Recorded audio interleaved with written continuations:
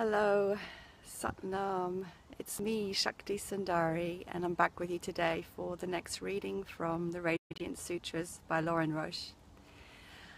I have brought myself into Trent Park again, one of my favourite places to be, and I'm standing right inside Camelot Moat. It's a special place, magical place, said to be a place where the goddess is very powerful, and just really blessed to be here with a bit of blue sky and sunshine again after some days where it's been pretty dismal. And it's just nice to be somewhere where there's some peace as well.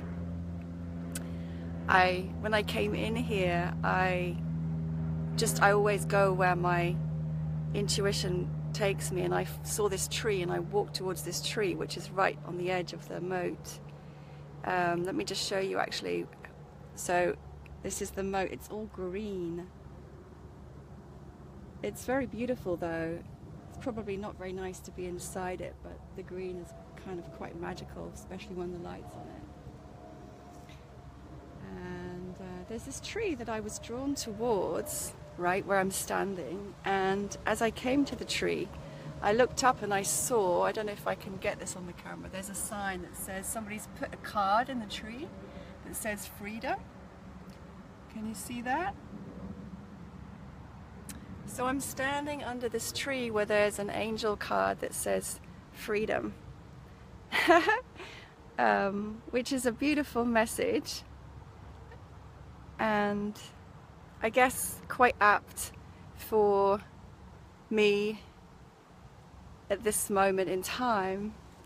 Well, kind of always, because my life is about the quest for freedom, for true liberation, for true awakening, and all of the pain and the heartache I've been going through recently are really just about my soul's quest for freedom, to really be free, fully free, to fly free in love. And so I just give thanks for that perfect message that came down for me as I followed my intuition to just come and stand by this big, grand old tree. Yeah, not quite sure what kind of tree it is. So that's my introduction. I kind of want to sit down actually rather than stand as I read this. So I'm going to sit at the foot of this beautiful tree, this beautiful wise tree, and read to you. Yeah, that feels right. So yeah, that feels good. We are on Yukti verse 63 today, and I've looked at the Sanskrit, but I haven't looked at the translation because I kind of like it to be a bit of a surprise in a way. So let's see what arises with this reading today. Okay, Yukti verse 63 from the Vijnana Bhairava Tantra. Kinchit jnatam dvaitadai bhaya aloka tamapuna vishva adi bhairavam rupam jnatva an anta prakasha brit. And I'm going to read it again. Kinchit jnatam dvaitadai bhaya aloka tamapuna vishva adi bhairavam rupam jnatva an anta prakasha brit. Is that there? Oh, Evan. Hi, Evan. Hi. We came here, you know, when you were here in London. We came here. We just didn't come all the way into the island in the middle of the moat. So here's the English. Dreaming, dreaming, sleeping, awakening, rhythms of darkness and light. Day and night, night and day, wondering, who am I? Who am I? Who is morphing through this ever-shifting flow? Beloved, wake up! Dance in your true body before time, shimmering energy without end. And as I've been reading, a little creature has come to land on my finger. Look, I don't know what it is, but it's sitting there on my finger. Maybe it came to listen to the sutras too. Seems to be quite happy, so I'll let it be. So yeah, this is really brilliant because, you know, I've been reflecting on this very thing in a way, about the nature of awakening. And of course the message in the tree is freedom. And what is it all really about? When we fall asleep again, as in not when I go to sleep at night, but when I forget who I truly am, and then I wake up for a moment and I remember who I am, and then I go back to sleep again and I forget who I am and I wake up again. You know, this is the rhythm of the path of my own journey, and I'm sure for many, many others. But this question, who am I? I've had that question burning in my soul since, I guess, I became conscious, self-conscious in the sense of questioning. When I went into puberty, that's when my questioning and my questing for the truth began. Who am I? I didn't stop asking that question, and really that question has been my life and still is. Dreaming, dreaming, sleeping, awakening, rhythms of darkness and light. And yes, I know those rhythms so well, those rhythms of having dark moments, dark nights, being immersed in my shadow, getting lost in emotions, dark emotions, feeling like I'm dying, and then spiraling back up with a new realization, with a new awareness, with a greater depth of insight, with a bigger heart. And this is it, the spiraling down and up, down and up. And you know, somebody sent me a beautiful quotation the other day about the awakened woman and how difficult it is for a man to be in relationship with her. And I've seen these kinds of beautiful poetic musings and read them for many years, and they have inspired me and stirred me to greater heights of awakening and embodiment of the divine feminine in myself. And I know that the person who sent me this quotation wanted to inspire me and make me feel better for what's been going on in my own life and my own relationship at the moment. But you know, as I read it, I was inspired, and I did recognize the qualities of the divine feminine and the awakened woman in myself.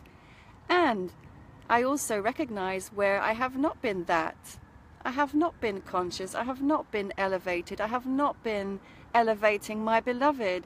I have been acting out. I have been unconscious. I have reacted from my darker emotions. I have thrown some poison arrows. You know, I have done this too.